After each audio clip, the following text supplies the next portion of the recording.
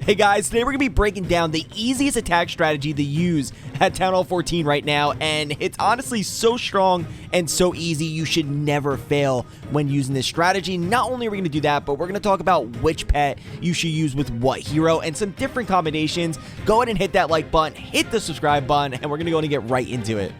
So the first attacker is going to be Tiz Loves Tacos from Unfair Warfare, and this is what the attack strategy is going to be. It's going to be the Yetis with the Super Wizards and my personal favorite, Bat Spells. I love using Bat Spells. They're so much fun and they're so powerful, and they're going to be even more powerful at Town Hall 14 because we all know when you upgrade your clan castle at Town Hall 14, you now can bring an extra spell, which is really, really huge if you think about it. And looking at this base, it's pretty max. I mean, it's not 100% max, but he does have Eagle, he has Infernos, he has a Scatter Shot, he has some builders, he even has some storages and some walls. This might be one of the closest max Town Hall 14 bases I've seen yet, and of course we still have to wait for base building to catch up a little bit, but from what I saw so far from all these wars I've been watching, this strategy right here, it has like a 98% hit rate. I haven't seen anybody fail with this, and if someone has failed with it, it was super close. So let's go ahead and play it, and let's see how he gets it done. Now this attack right here is a little bit interesting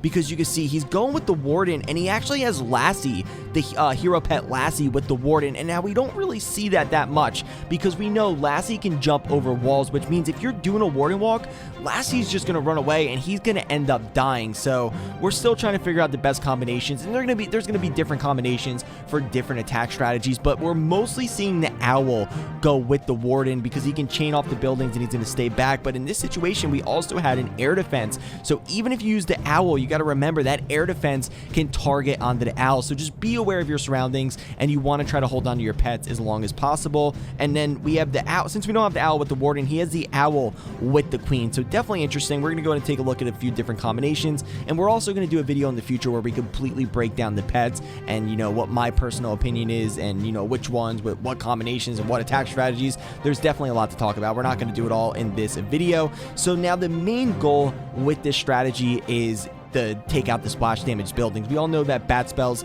you got to worry about the splash damage. You want to have your bats get as much value as possible, so you want to try to get down scatter shots, multi-infernos. You can see he does have a multi-inferno up. Now multi-infernos are what you have to watch out for. Single infernos are not a problem. Bats can just overwhelm them, but you want to get down the multis, you want to get down the scatter shots, and you want to get down as many wizard towers as possible while also getting down the town hall. Those are the main goals you're looking for with your main squad here, and he's pushing right in. In this one, he's using a siege barracks. Now there's different ways to use this strategy. You don't always have to go with a siege barracks. This is where you got to have a little bit of base identification, but if you go with a siege barracks, you're going to go ahead and bring wall breakers or a jump because you do want to make sure you push your troops into the base. If you think you can, you know, the town halls in the core, it's a ring base or something like that, and you got to push farther into the base, then you might want to go with a wall wrecker or log launcher. It just really depends. But in this situation, he's going to use the siege barracks to funnel out, what is that, 3 o'clock, and the Warden to funnel out the other side. That is the most important part of this attack strategy, is making sure the funnel is set and pushing your troops where you want them to go, because if they end up walking outside the base, the attack is over before it even begins. So make sure you're aware of that. He has the jump spell in, his troops are jumping in. You want to try to hold on to your Warden ability for when your troops are taking the most damage or against that town hall to get him through that town hall blast. So you do got to be careful. Make sure you know, time your Warden ability as best as possible, and also have your spells placement on time. That's really important. Spell timing and placement, again, it's all about getting that value. Now he only has 4 bat spells. In this situation, he's going to go with a bat bomb around 12 o'clock. Now there's 2 different ways you can use your bats. You guys probably all know this already, but in case you don't, you got the bat bomb and the bat wave. The bat bomb is what he's doing right now, where you just drop the bats on top of something. The bat wave is when you drop the bats like in a corner or something, and then they come and they just start one-shotting those buildings. And you're probably wondering, when should you go with a bat wave over a bat bomb? Well, if you have like a scatter shot, or you have like an inferno and an inferno and a wizard tower really close together, you can drop those bats right on top of it and then drop a freeze spell, freeze the whole area, and just bomb that section so you don't have to worry about it. But again, it really depends. And now the main thing with this strategy also is you're going to use your RC to try to pick off some other splash damage. If you're wondering, well, what should you do with your RC? Hold on to your RC, see what your main squad gets, and then see like where you can throw her in to help get the value for the bats, not the value, help get the pathing for the bats, or help get, you know, some more splash damage buildings out so you don't have to worry about your bats getting roasted. We'll go ahead and look into that a little bit more on the next replay. So I wanted to show this one next because half his troops end up walking outside the base, but it still ends up being a triple, and that just shows how strong this strategy is. Now, of course, again, the base isn't maxed out on 14, but he also isn't using the unicorn on this attack. So let's go ahead and play it, and let's see how it goes. And that's why I always say funnel is so important, because if this was a maxed out on 14, if you didn't funnel your troops and they have to go on the outside, who knows? It might have not been a 3-star, and it's also a ring base. I personally hate ring bases. I'm sure you guys do too. They are super, super annoying. So again, it's Tiz Loves Tacos. I think most of the attacks we're going to look at is coming from him because I guess he loves its attack strategy, and so do I. And I mean, it's fun to use. All right, so he's going to start with the Warden Walk. Warden Walk is the best way to funnel when coming in with these spam attack strategies because you're basically not using any troop space. So the Warden is going to basically a free troop, and he does the job. He's basically going to be able to funnel out a whole side, also getting down a multi-inferno. But guys, you do have to be careful. Don't let your Warden Walk run too long, and then you get into time issues. So just be aware of that and be really, really careful. So there you go. You're going to start your other main group of troops, and that's going to pull the Warden with the main group. You want to pull them over, and you want the healers to switch onto the main push. I mean, you guys should all know that by now because the healers under Rage Spell on the troops are going to be really, really powerful, especially now that we have another level added to the healers, which is just going to make it even stronger. And that's why this strategy, I think, is going to be so good. We got the extra heroes, we have the extra healer level, we have the extra spell, and we also have the pets. That's what's making it so strong. Also, we're going to put the yak with the king. The yak with the king is a really, really good combination. He's going to go ahead and help the king, basically reinforcing him, getting more value. Now, you can use your king to go around the outside of the base, or you can use your king and push him in. It's all just like depends on the base you're going against and if you can get the funnel done without using the king. If you can get him inside the base, it's kind of good and it's kind of not. Depends. Sometimes he'll go ahead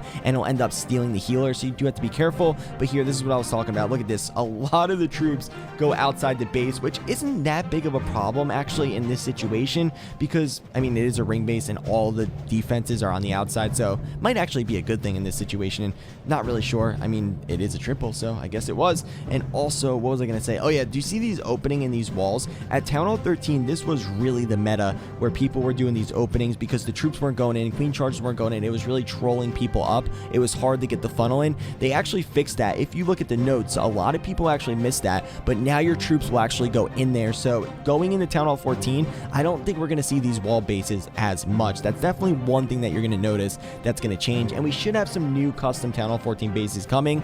I would say I'm going to do a video this week where I give you some Town Hall 14 bases, but they're just updated Town Hall 13 bases. It's going to be a week or two before we figure out the meta and get updated, you know, just completely new builds for Town Hall 14. But again, make sure you're subscribed to get them first. We're going to go and finish this one out, and then we're going to take a look at one more replay and try to break it down even further and do some more explaining. Let's go and finish this one. Obviously, it's a triple. He has so much troops left, and there you go. Absolutely crushed. Let's get into the next one.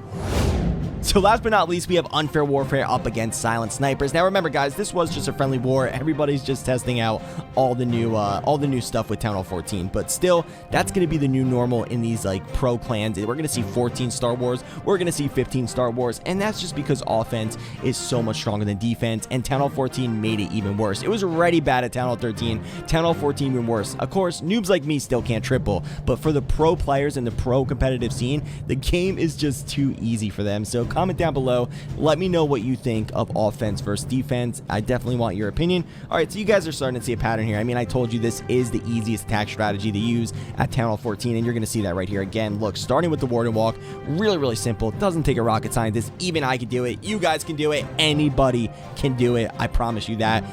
Guaranteed, guys. If you use this strategy, you know, triple, come back and, you know, I'll refund you. I'll refund you your money. Oh wait, you guys aren't even paying. But don't worry. All right, you won't fail. All right, so again, coming in with the Warden Walk, he's going to be able to take out a multi-inferno, which is very good value. Be careful for the air defenses. Don't be a noob like me and put your healers down right into the air defense. You definitely don't want to do that. Number one tip. Remember, you heard it here first. Don't put your healers in the air defenses. They don't get along. All right, so we're going to get that done. We're going to get the funnel on the other side with the siege barracks, just like the other two attacks. Warden on one side, siege barracks on the other side. Super simple. That's going to funnel out the corners. That's what you want to do. You want to funnel out the corners and then push right down the middle, and you're good to go. As long as you do that, you guys are in good shape. From here, it's smooth sailing. From here, you just got to get your spells on time. You got to put down your jump spell. Little tip, guys, the jump spell, it lasts a long time. Don't worry, you can put it down a little bit early just to make sure you don't forget, because you know when there's a lot lot of things going on at once, you might end up forgetting. So just get that jump spell down. They're going to go ahead and jump in, and at this point, you want to get the splash buildings down. You're going to hold on to your RC again, and then just see where you can put her to get down some more splash damage buildings. Let's see where he's going to put her in this situation. He didn't put the RC down yet. Nope. Look at that. We still have the owl up. Actually, you know what I've noticed? When I put the owl with the warden, it seems like the owl is dying out really, really fast. So maybe the owl with the queen, maybe that's a good combination. We still got to do some testing to see, and I'm definitely excited to see what people find. All right, so we're going to go ahead and start the bats over here. Again, coming in with a bat bomb. I personally like a bat wave better, but I guess it's personal preference and depends on the base and your situation. All situations are going to be different, so looking pretty good so far. We do have a max eagle. Guys, what do you think of this new color scheme? I actually did a video where I predicted TH14, and I did make it green, so I was kind of close. I don't know how I feel about the color scheme, though. I know they're going for, like, the jungle theme.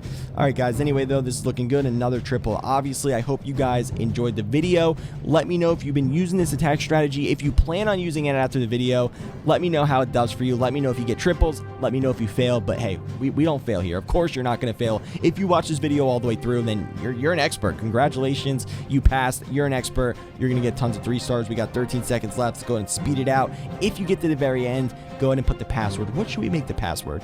Let's make it #BatsOP. Go ahead and comment down below. That's how I know you watched all the way through. You're the real supporter. And if you watched all the way through and you're not subscribed, well, first of all, what are you doing? You definitely should be. I'll catch you next time.